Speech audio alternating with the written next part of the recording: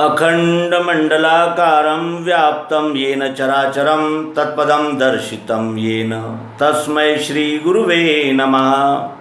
अज्ञानान्धस्य लोकस्य ज्ञानाञ्जनशलाकया चक्षुरुन्मीलितं येन तस्मै श्रीगुरुवे नमः।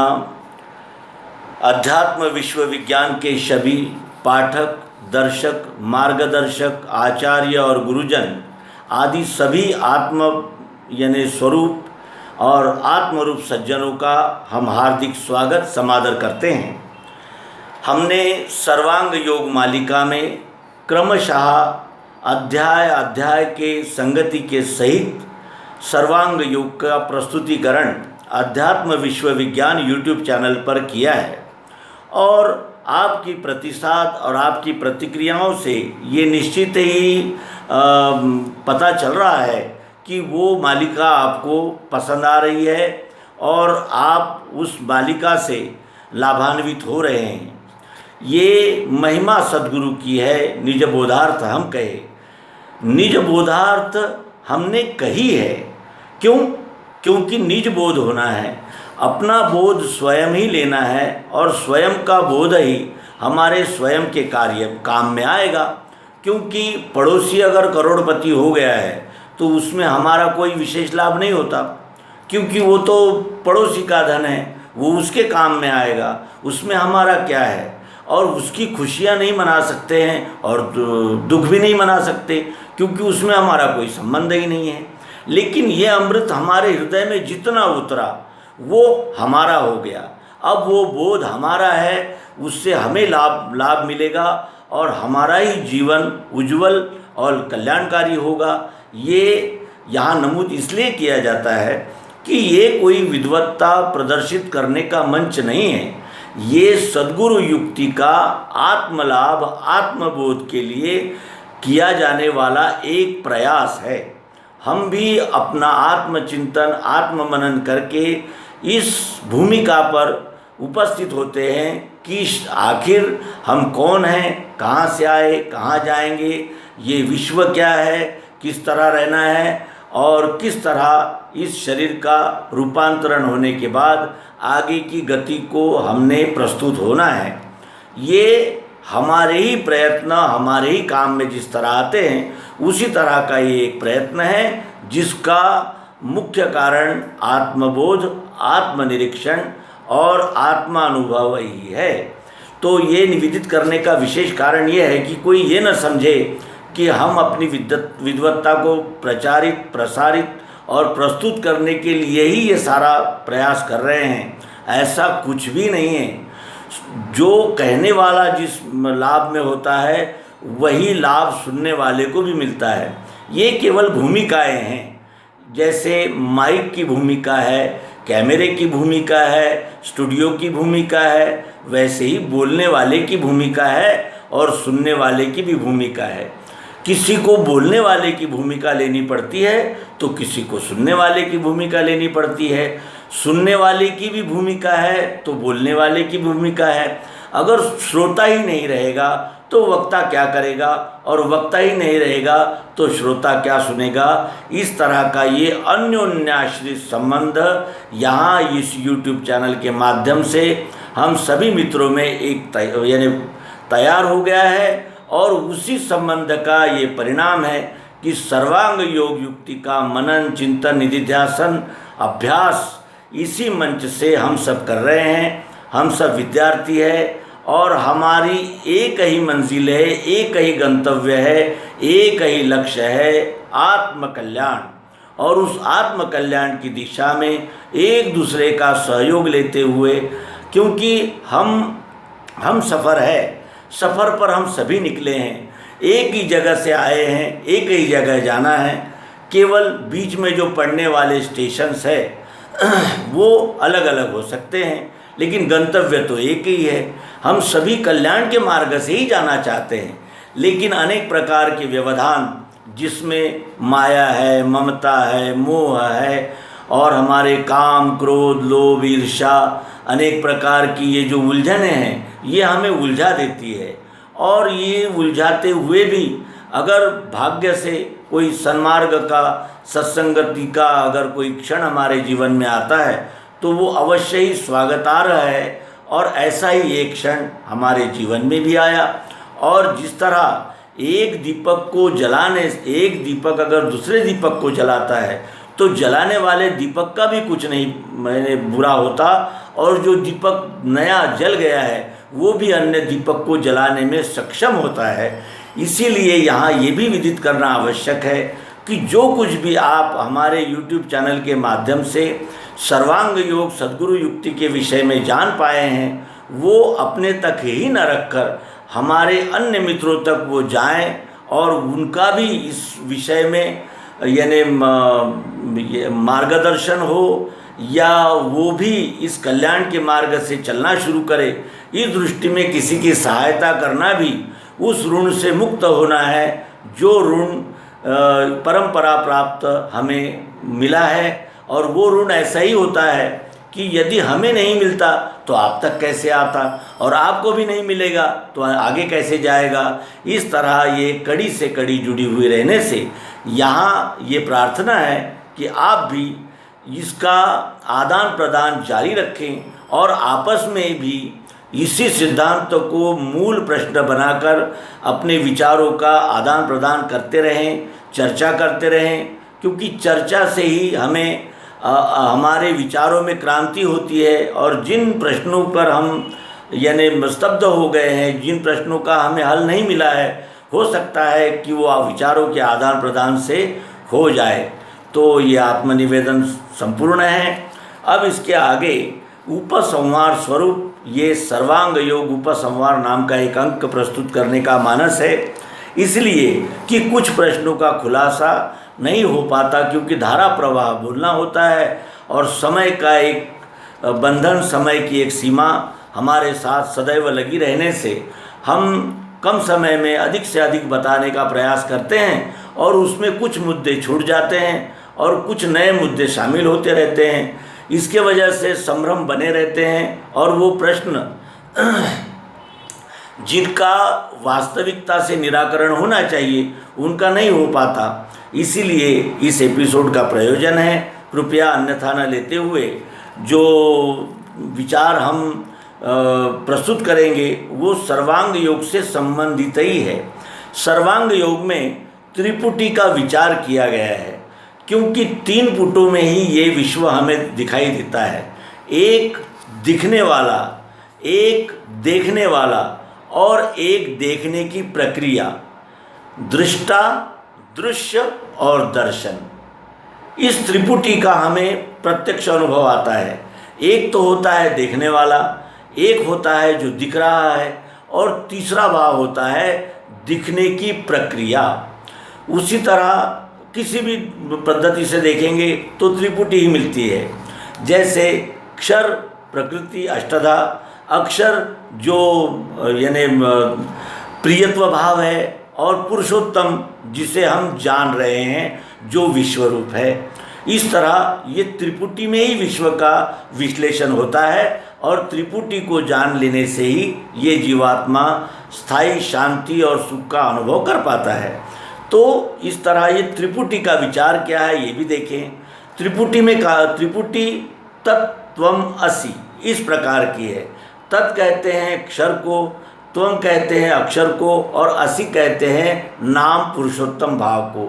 तत् क्या है? अष्टधा प्रकृति है। त्वम क्या है? इसी अष्टधा प्रकृति में ओत प्रोत व्याप्त अस्तित्व, भातित्व, प्रियत्व, चाहत, जरूरत, आवश्यकता, ये ओत प्रोत दोनों का लय पुरुषोत्तम नाम भाव में हो जाता है। तो महद ब्रह्म तत्व ये सगुण साकार रूप में अखंड प्रवाहित गतिशील रहने वाली अष्टधा प्रकृति है। क्षर का लक्ष्य करा देने वाली स्थूल दृष्टि को ही क्षर भाव कहते हैं।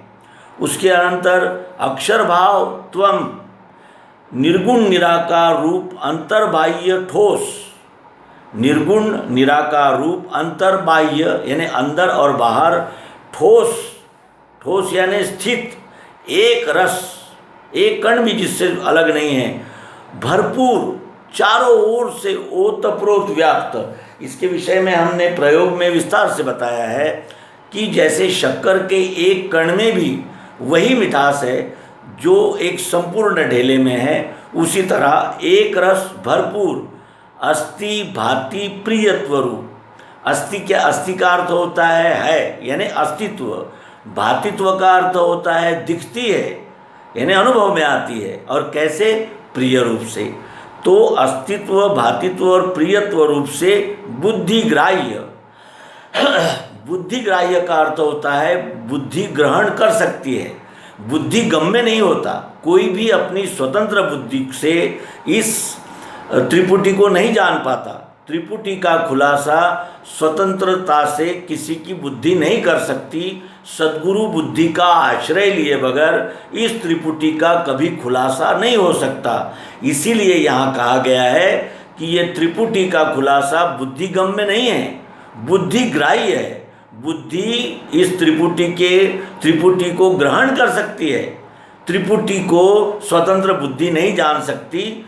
स्वतंत्र बुद्धि इस त्रिपुटी के यानी मर्म तक नहीं जा सकती। केवल सद्गुरु बुद्धि ही हमारी बुद्धि को प्रकाश देती है, और उसी प्रकाश में हम अपनी बुद्धि के द्वारा ये बोध ले सकते हैं। यानी ये त्रिपुटी का खुलासा बुद्धि ग्राह्य है, बुद्धि गम्य नहीं।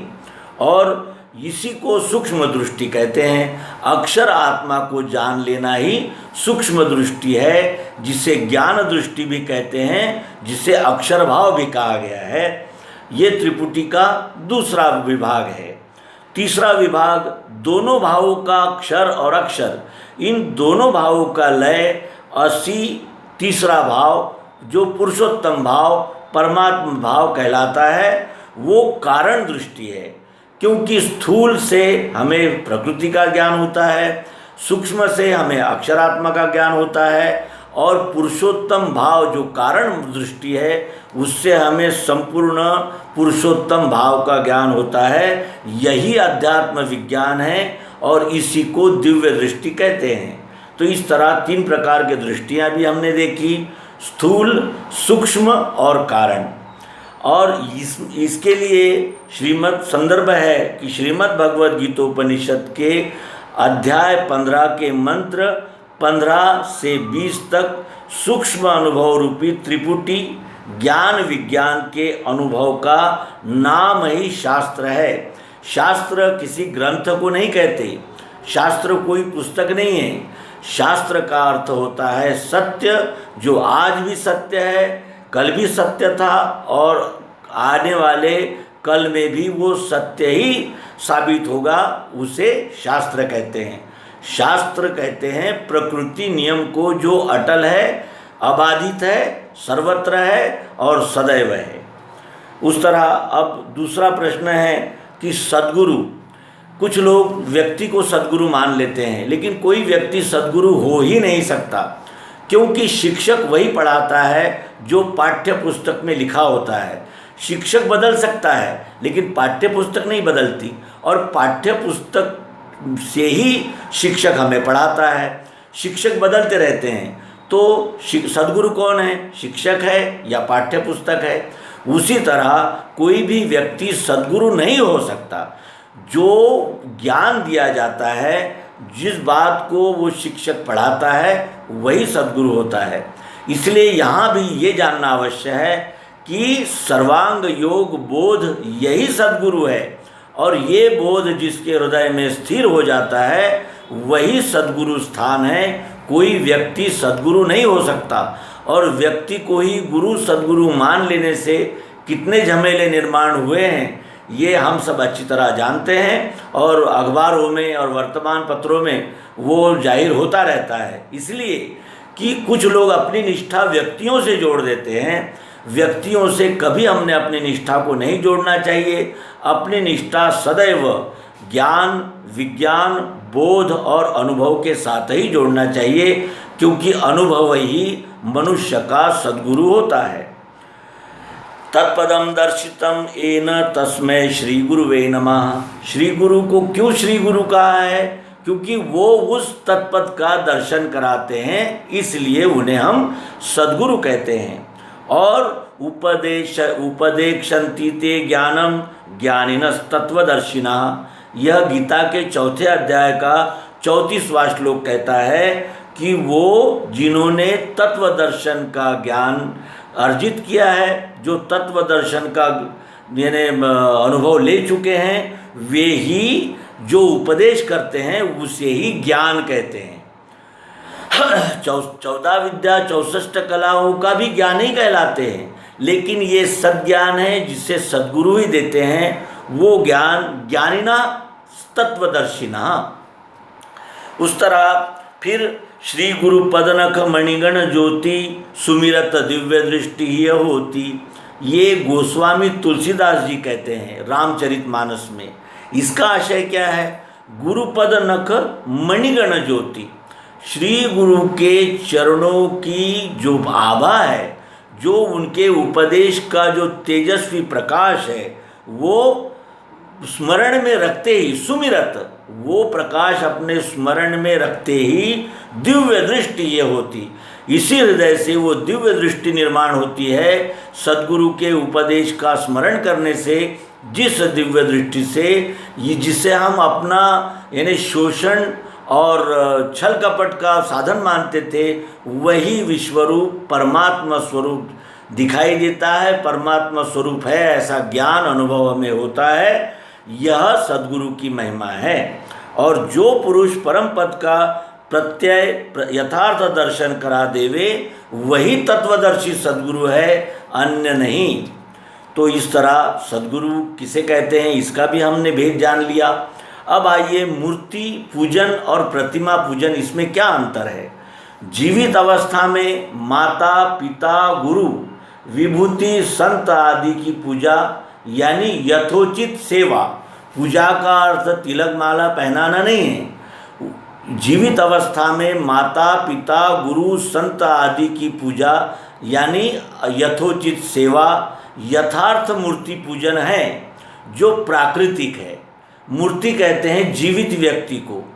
इस तरह ये उनकी यथोचित सेवा करना ये मूर्ति पूजन है जो प्राकृतिक है। इसके सिवाय चित्र, पत्थर, धातु, मिट्टी अथवा काष्ठ आदि से प्रतीक बनाकर उनकी पूजा करना प्रतिमा पूजन है, जो कृत्रिम है। व्यक्ति के देह परिवर्तन के बाद हम उनकी चित्र में, काष्ठ में प्रतिमा बनाते हैं और फिर उस प्रतिमा में हार फूल चढ़ाकर उसकी पूजा करने लगते हैं। तो ये प्रतिमा पूजन है जो कृत्रिम है, जो बनावटी है, जो सत्य नहीं है। सत्य पूजन वही है जब वो विभूति माता पिता गुरु संत जब जीवित होते हैं, उनकी यथोचित सेवा करना, यही उनकी सच्ची पूजा है। और प्रतिमा पूजन का भी एक महत्व है। प्रतिमा पूजन गत विभूतियों के ज्ञान गुण चरित्र के यादगार का प्रतीक है।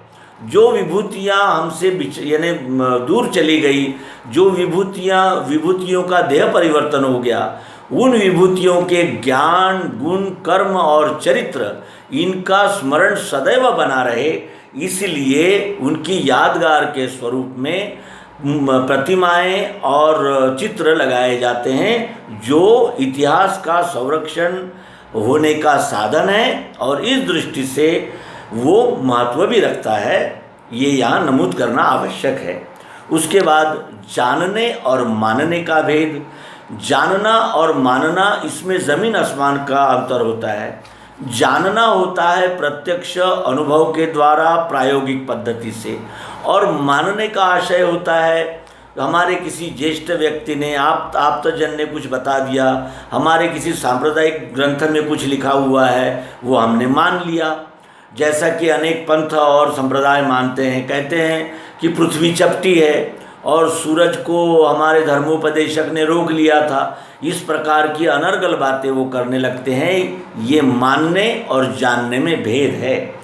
ज्ञातुम द्रष्टुम च तत्वेन प्रवेष्टुम च परंतप। ज्ञातुम द्रष्टुम च तत्वेन प्रवेष्टुम च परंतप। ज्ञातुम यानी जाना जाए, द्रष्टुम यानी देखा जाए, और तत्व के द्वारा देखा और जाना जाने के बाद ही हम उस विषय में प्रवेश कर पाते हैं। ये गीता के 11वें अध्याय के 54वें श्लोक का मतितार्थ है। और जाने बिन न होए प्रतीति, जब तक हम किसी वस्तु को अनुभव में नहीं जानते तब तक हमें प्रतीति भी नहीं होती, यानी अनुभव भी नहीं आता और हमारा एकमत भी नहीं हो पाता। ये रामचरितमानस में श्री गोस्वामी तुलसीदास जी हमें विदित करते हैं। प्रत्यक्ष देखकर परख कर जानना होता है, सुनकर या पढ़कर मानना होता है। जानने से ही निश्चय और समाधान की प्राप्ति होती है। जब सवर्ण यथार्थ सेवा भक्ति स्वरूप कर्माचरण होता है, यानी अपने ही वर्ण में स्थित होकर यथार्थ पद्धति से इस विश्वरूप की सेवा यानी भक्ति होने लगती है, तभी उसको यानी समाधान शांति की प्राप्ति होती है, केवल बातें करने से नहीं होती। इसीलिए संत तुलसीदास जी कहते हैं कि नाम भेद जाने बिना सकल समझ में दूर। नाम और स्वरूप इसमें का भेद जब तक हम नहीं जानते तब तक हमारी समझ में केवल धूल ही रहती है। इसलिए ज्ञान का प्रत्यक्षीकरण विज्ञान में होना अत्यंत अनिवार्य आवश्यक होता है। और फिर जाने बिना न होए प्रतीति, जब तक हम जानते नहीं तब तक हमें प्रत्यय नहीं होता, अनुभव में नहीं आ सकता। फिर दूसरा पॉइंट आया है कि सगुण साकार। सगुण साकार क्या है और निर्गुण निराकार क्या है? सगुण निर्गुण के झगड़े में ही तो ये सारा विश्व पड़ा है, इसलिए इसका भी निराकरण होना आवश्यक है। परमात्मा का विराट शरीर यानी ये विश्वरूप पंच तत्व और 3 गुणों की अपरा प्रकृति है। 5 तत्व और 3 गुण ये अष्टधा क्या है? अपरा प्रकृति है। आकारवान होने से साकार और गुणों सहित होने से सगुण कहलाती है। ये प्रकृति आकार में है इसलिए इसे साकार कहते हैं, और ये 8 गुणों से युक्त है इसलिए इसे सगुण कहते हैं। यत आकार सह वर्तमानम तत्साकारम, यत गुणे सह वर्तमानम तत्सगुणम, ये वेद कहते हैं। निर्गुण निराकार क्या है? परमात्मा की परा प्रकृति अति अस्थि भांति प्रिय रूप से विराट देह में अंतर्बाह्य ठोस भरी हुई है। वो जो चाह जरूरत प्रियत्व, अस्तित्व भातित्व प्रियत्व जो संपूर्ण प्रकृति में अंतर्बाह्य ठोस भरी हुई है, उसमें गुण अव्यक्त है, क्योंकि उसको व्यक्त करना पड़ता है, जानना देखना पड़ता है, इसलिए उसमें गुण अव्यक्त है। तथा उसका ही निराकार है। जैसे हम देखते हैं कि मिश्री का ढीला क्या है? शक्कर का ही तो आकार है, मिठास ने ही तो आकार धारण किया है शक्कर का।